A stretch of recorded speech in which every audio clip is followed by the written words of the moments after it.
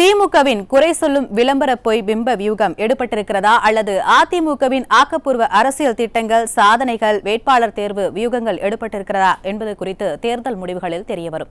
இதுகுறித்த விவரங்களை விரிவாக பார்க்கலாம். அதற்கு முன்னதாக நமது செய்தியாளரிடம் கூடுதல் தகவல்களை கேட்கலாம். தலைமை செய்தியாளர் ஜெயக்குமார் இணைப்பில் இருக்கிறார். வணக்கம் ஜெயக்குமார், கூடுதல் விவரங்கள் என்ன?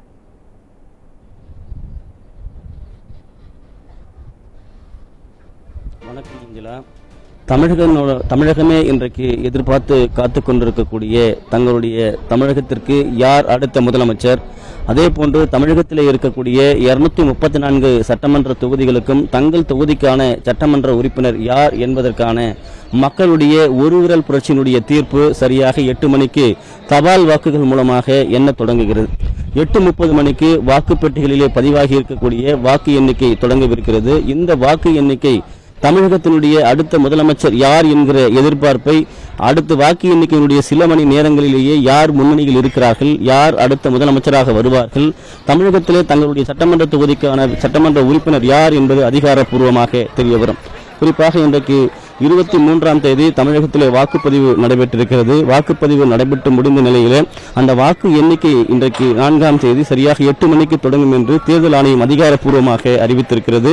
வாக்கு எண்ணிக்கை தொடங்கியது முதல், குறிப்பாக அந்த தபால் வாக்குகள் தொடங்கியது முதல் அடுத்த கட்டமாக 8:30 மணி அளவிலே வாக்குப்பெட்டிகளில் இருக்கக்கூடிய வாக்கு எண்ணிக்கை நடைபெறும் என்று தெரிவிக்கப்பட்டிருக்கிறது. நாம் தற்போது சென்னை அண்ணா பல்கலைக்கழகம் என்று சொல்லக்கூடிய புகழ்மிக்க பல்கலைக்கழகத்தில் இருக்கிறோம்.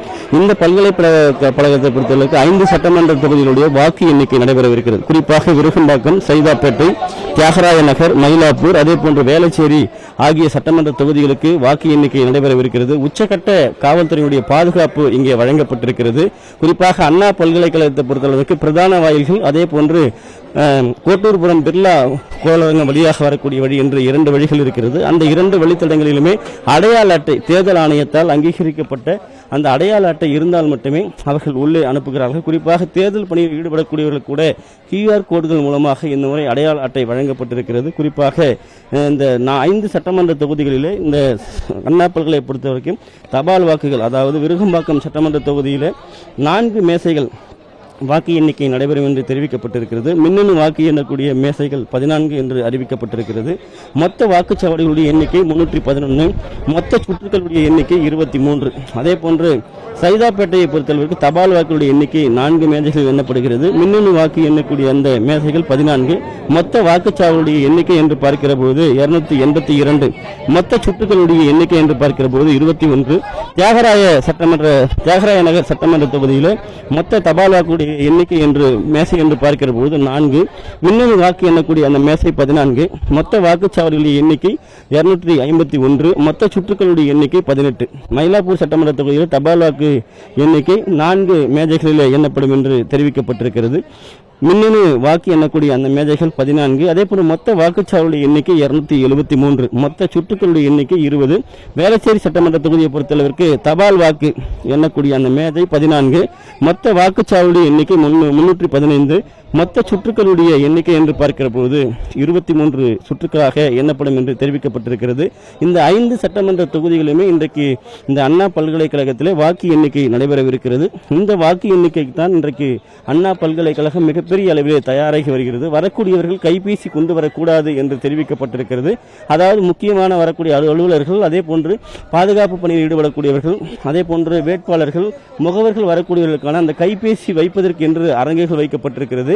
காவல்துறையினுடைய கட்டுப்பாட்டு அறைகள் இங்கே தற்காலிகமாக அமைக்கப்பட்டிருக்கிறது. அந்த தற்காலிக அறையிலே என்னென்ன மாதிரியான செயல்பாடுகள் இருக்கும் என்றால், காவல்துறையினர் இங்கு முழு நேர வீச்சிலே ஒவ்வொரு பகுதியிலும் வாக்கி டாக்கி என்று சொல்லக்கூடிய அந்த தொலைத்தொடர்பு சாதனங்கள் மூலமாக எந்தெந்த பகுதியில் பிரச்சனைகள் இருக்கிறது என்று கண்டறிவதற்காக உயர்மட்ட குழு, குறிப்பாக காவல்துறையினுடைய இணை ஆணையர், அதே போன்று துணை ஆணையர்கள், காவல்துறை கூடுதல் ஆணையர்கள், அதே போன்று ஆய்வாளர்கள், உதவி ஆய்வாளர்கள், உதவி ஆணையர்கள் என பல்வேறு நிலைகளிலே பணியமர்த்தப்பட்டிருக்கிறார்கள். அதற்கான ஒழுங்குமுறையாக, அதாவது இந்த பகுதியிலிருந்து மற்றொரு பகுதிக்கு தாவி செல்லக்கூடும் என்பதால் ஒவ்வொரு பகுதியிலுமே இந்த தடுப்புகள் அமைக்கப்பட்டிருக்கிறது, தடுப்பு வேலிகள் அமைக்கப்பட்டிருக்கிறது. யாரும் எந்த பகுதியிலும் செல்லக்கூடாது என்று அறிவுறுத்தப்பட்டிருக்கிறது. அதேபோல் இந்த வாக்கு எண்ணக்கூடிய மையங்களுக்கு குறிப்பிட்ட தொலைவிற்கு யாரும் உள்ளே வரக்கூடாது என்பதால் சாலைகளிலே, பிரதான சாலைகளிலே தடுப்புகள் வைக்கப்பட்டு வாகனங்கள் அனுமதிக்க மாட்டாது என்று காவல்துறையினர் அறிவுறுத்தியிருக்கிறார்கள். மிகப்பெரிய அளவில் இந்த ஜனநாயகத்தினுடைய புரட்சி அதற்கான முடிவு என்று தெரிய வரவிருக்கிறது. அண்ணா பல்கலைக்கழகத்தில் இந்த தேர்தல் முடிவுகள், அதாவது 8:30 மணிக்கு வாக்குப்பதிவு இயந்திரங்கள் மூலமாக எண்ணப்படக்கூடிய அந்த வாக்கு எண்ணிக்கையினுடைய நிலவரங்கள் ஒவ்வொரு சுற்றுக்களாக அறிவிக்கப்படும். ஊடகங்களுக்கு கட்டுப்பாட்டு அறை அமைக்கப்பட்டிருக்கிறது. அந்த கட்டுப்பாட்டு அறையில் அவர்கள் குறிப்பாக வாக்கு எண்ணிக்கை நடைபெற்ற பிறகு ஒவ்வொரு சுற்றினுடைய முடிவுகள் அறிவிப்பார்கள். யார் எந்தெந்த சுற்றிலே முன்னிலை இருக்கிறார்கள் என்பதில் அதிகாரப்பூர்வமான அறிவிப்பு வெளியாகும்.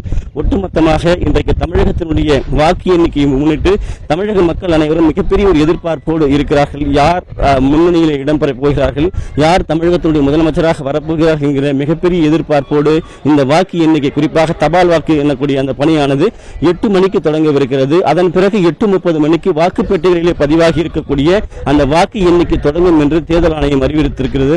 இன்றைக்கு தமிழகமே எதிர்பார்த்துக் கொண்டிருக்கக்கூடிய மக்களுடைய தீர்ப்பு இன்னும் சில மணி நேரங்களில் வெளியாக இருக்கிறது. அந்த வெளியாவதை ஒட்டி இன்றைக்கு ஒவ்வொரு பகுதியிலும், சென்னையை பொறுத்தளவுக்கு 3 இடங்களிலே இந்த வாக்கு, சென்னையில் இருக்கக்கூடிய 16 சட்டமன்ற தொகுதிகளுக்கான வாக்கு எண்ணிக்கை நடைபெறுகிறது.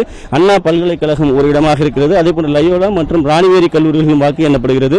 தமிழகம் முழுவதும் 62 இடங்களிலே வாக்கு எண்ணக்கூடிய மையங்கள் இருக்கிறது. அந்தந்த பகுதியில் இதே போன்று பலத்த கட்டுப்பாட்டோடு இந்த வாக்கு எண்ணிக்கை நடைபெறுகிறது. அதே போன்று இந்த முடிவுகளை இணையதளம் வாயிலாக தேர்தல் ஆணையம் அறிவித்திருக்கிறது. result.gov.in என்கிற அந்த இணையதளத்தின் மூலமாக ஒவ்வொரு சுட்டுக்களுடைய ஒவ்வொரு சட்டமன்ற தொகுதியில் இருக்கக்கூடிய அந்த முன்னணி கள நிலவரங்களை தெரிந்து கொள்ளலாம் என்று தேர்தல் ஆணையம் அறிவித்திருக்கிறது. குறிப்பாக தேர்தல் ஆணையம் இதற்காக முழு கட்டுப்பாடு ஏற்பாடு செய்யப்பட்டிருப்பதாக தெரிவிக்கப்பட்டிருக்கிறது. தேவையற்ற நபர்கள் உள்ளே யாரும் வரக்கூடாது என்பதற்காக இதுபோன்ற QR கோடு முறையிலே அடையாள அட்டைகள் எல்லாம் விநியோகம் செய்யப்பட்டு மிகப்பெரிய அளவில் உச்சக்கட்ட பாதுகாப்போடு இந்த வாக்கு எண்ணிக்கை நடைபெறும் என்று தேர்தல் ஆணையம் தெரிவித்திருக்கக்கூடிய நிலையில் சரியாக 8 மணிக்கு தபால் வாக்கு எண்ணக்கூடிய பணியானது தொடங்கவிருப்பது குறிப்பிடத்தக்கது. மஞ்சளா.